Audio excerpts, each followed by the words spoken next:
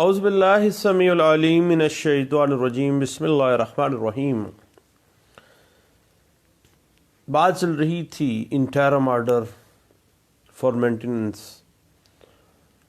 Section 17A اور Punjab ترمیمی family court act 2015 کی روشنی میں، اور بات جا ٹھہری تھی لیگل ٹیکنیکلٹیز جو ہیں۔ بات ذہن میں رکھیے گا کہ نان و نفقہ، خوراک، لباس اور رہائش اس میں شامل ہیں، اور خاوند اپنی زوجہ کو نان و نفقہ دینے کا ذمہ دار ہے۔ اب ایک چھوٹی سی بات ہے کہ بعض اوقات ایسا ہوتا ہے کہ جو عورت ہے وہ نابالغ ہے اور حق کے زوجیت ادا نہیں کر سکتی ہے، تو دین نان و نفقہ ایگزمپشن میں بھی جا سکتا ہے۔ بیوی کے لیے نان و نفقہ کا حصول کے واسطے ضروری ہے کہ وہ وفادار خاوند کے احکامات کو بجا لاتی ہو، اور ایسی بیوی جو اپنے آپ کو خاوند کے سپرد کرنے سے انکار کرتی ہو، حق کی زوجیت ادا نہ کرنا چاہتی ہو، اس کی تابع داری نہ کرتی ہو، جبکہ اس کا انکار یا تابع داری کی بنیاد حق مہر ادا نہ کرنے کے سبب ہو، تو پھر تو ایگزمپشن، پھر تو وہ سچی ہے۔ اور اگر بغیر کسی جواز کے ہی وہ اپنے خاوند سے آراز برستی ہے تو پھر وہ مینٹیننس ایگزمپشن چلی جاتی ہے۔ اور مسلم لا بیلے جو ہے، بائے ایک مفکر ہیں بیلے، ان کی کتاب ہے مسلم لا، اس میں بھی اس بات کو ذکر کیا گیا تھا، اور اس بات کی ہم نے دیکھا کہ PLD 1959 Lahore high court page 470 میں اس کی بنیاد ہمیں ملتی ہے، اور اس کے بعد PLJ 2001 Lahore high court page 1551 میں اس بات کو انٹرپریٹ کیا گیا تھا، اور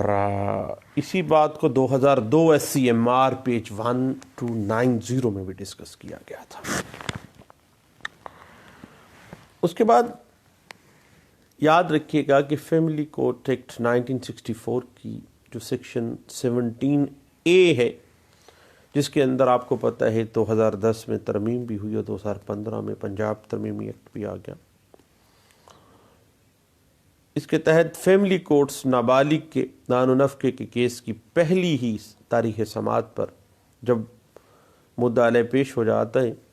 تو انٹرم آرڈر فار مینٹیننس جاری کرنے کا اختیار رکھتی ہے،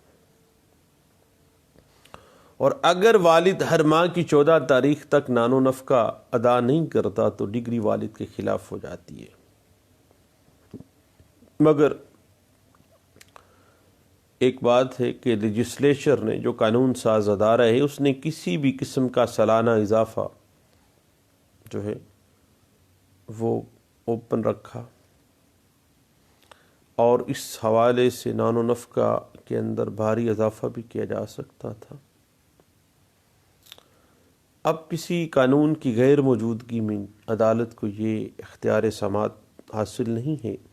کہ وہ خود سے انکمپیٹیبل اضافہ کر دے۔ اس بات کو 2011 CLC page 1999 Lahore high court میں بھی ڈسکس کیا گیا، اور اس بات کو PLD 2011 Lahore high court page 493 میں بھی ڈسکس کیا گیا۔ اور یاد رکھیے گا کہ ہمیشہ خاوند کی آمدنی اور اس کی مالی حیثیت کے مطابق ہی نان و نفقے کی مقدار متعین کی جائے گی۔ یہ کوئی جگہ نہیں ہے، یہ کوئی ظلم کے لیے نہ قانون نہ مذہب اس بات کی ہمیں اجازت نہیں دیتا ہے، اور اس بات کو ہم نے 2002 SCMR پیج 1290 میں اس چیز کی بنیاد ہمیں ملتی ہے، اور اس حوالے سے PLD 2011 Lahore high court page 242 بھی ہمیں اس حوالے سے انٹرپریٹیشن دیتی ہے، اور 2008 FILR پیج 1550 بھی اسی بات کے اوپر ہمیں کافی حد تک جو ہے وہ گائیڈ لائنز فراہم کرتی ہے۔ اس حوالے سے مزید اگر ہم دیکھنا چاہیں تو ہر خرچہ، خواہ وہ انٹرم ہے یا پرماننٹ آپ ڈگری ایک عدالت کر رہی ہے، تو جورسٹک مائنڈ کو استعمال کرتے ہوئے وہ خاوند کی آمدنی کے تمام ذرائع کو ڈٹرمن کر سکتی ہے، اور حتیٰ کہ کسی بھی ادارے سے اس کا ریکارڈ بھی طلب کر سکتی ہے 17A(4) کے تحت۔ اور اس حوالے سے 2008 YLR پیج 1361 جو ہے وہ ہمیں انٹرپریٹیشن دے دیتی ہے، اور اس حوالے سے PLD 2009 Lahore high court page 18 ہمیں اس بات پہ انٹرپریٹیشن دیتی ہے۔ اور البتہ ہر سال جس طرح سے مہنگائی ہوتی ہے، اس حوالے سے اگر ہم دیکھیں تو والد جو ہے وہ نان و نفقے کا پابند ہے، اور 10% تک جو ہے اضافہ، وہ تو ویسے ہی قانون فطرت ہے کہ سال کے بعد 10% تک اضافہ کیا جانا چاہیے۔ اس بات کو 2013 CLC پیج 897 میں بھی ڈسکس کیا گیا، اور اس حوالے سے اگر آپ مزید دیکھنا چاہیں تو PLD 2011 Lahore high court page 450 میں بھی اسی بات کو کافی حد تک اچھے انداز سے ڈسکس کیا گیا۔ اور 2017 YLR پیج 802، اور اسی حوالے سے اگر آپ مزید دیکھنا چاہیں تو 2018 CLC نوٹ 45 ہے، 2018 YLR پیج 1730 ہمیں اس بات سے انٹرپریٹیشن دیتی ہے، اور 2019 میں بھی 2019 CLC page 511 Lahore high court کی ایک جو ہے بڑی اچھی گائیڈ لائنز جو ہیں اس کیس لا میں ہمیں مل جاتی ہیں۔ تو آگے بات بڑھتی ہے کہ اگر جو ڈیفینڈنٹ ہے وہ قطعی صورت آپ مدعیہ کو نان و نفقہ نہیں دیتا، نابالغان کو خرچہ نہیں دیتا، تو وہ حق کے دفاع سے بھی فارغ ہو جائے گا، اور اگر بچوں کی کسٹڈی اس کے پاس ہے تو اس سے بھی محروم ہو جائے گا۔ اس حوالے سے 2018 MLD پیج 727 بھی ہمیں انٹرپریٹیشن دے دیتی ہے، اور 2006 YLR page 1708 Lahore high court کی ایک لینڈ مارک ججمنٹ ہے۔ اور یاد رکھیے گا کہ انٹرم آرڈر فار مینٹیننس کے خلاف نہ ہی اپیل دائر ہو سکتی ہے اور نہ ہی ریٹ لائے کرتی ہے۔ جب اپیل نہیں ہے تو پھر ریٹ کا بھی کوئی جواز تو بنتا نہیں ہے صحیح۔ اس بات کو 2009 MLD پیج 790 میں بھی ڈسکس کیا گیا تھا، اور 2011 YLR پیج 1276 میں بھی اسی بات کو ڈسکس کیا گیا، اور 2011 YLR پیج 1276 بھی اسی بات کو، 2007 YLR پیج 1366 بھی اسی بات کو انٹرپریٹ کر دیتی ہے۔ بعض اوقات ایسا ہوتا ہے کہ کارروائی مقدمہ اس کی آغاز سے ہی عبوری خرچہ لگنا چاہیے ہوتا ہے، کوئی کوتاہی ہو جاتی ہے، تو پھر بھی جو ہے کیلکولیشنز کر کے جو تمام خرچہ ہے وہ فوری طور پر اس کا آرڈر کیا جانا چاہیے، اور عبوری خرچہ جو ہے اس میں تمام جو مناسب ضروریات زندگی ہیں وہ مکمل ہونی چاہیے۔ اس بات کو 2009 MLD پیج 724 میں بھی ڈسکس کیا گیا، اور یاد رکھیے گا کہ انٹرم آرڈر عارضی نوعیت رکھتا ہے اور فائنل آرڈر کو متاثر کبھی بھی نہیں کرتا ہے، یہ صرف عارضی نوعیت کا خرچہ ہے، اور غیر قانونی کسی قسم کا بغیر اختیارات کے جو ہے یہ متعین کرنے میں کوئی ایسا معاملہ روا نہیں رکھا جا سکتا، نہ قانون اس بات کی ہمیں اجازت دیتا ہے۔ اس حوالے سے اگر آپ 2009 CLC پیج 980 اور NLR 2012 UC پیج 445 کو دیکھیں تو ہمیں اس حوالے سے گائیڈ لائنز دیتی ہے۔ اب صاحب بات تھوڑی سی آگے چلتی ہے، ہائی کورٹ ہمیشہ سے فیملی کورٹ کے انٹرم آرڈرز کے خلاف جو کسی قسم کی کو جو ریٹ ہے اس میں مداخلت کرنا مناسب نہیں سمجھتی ہے،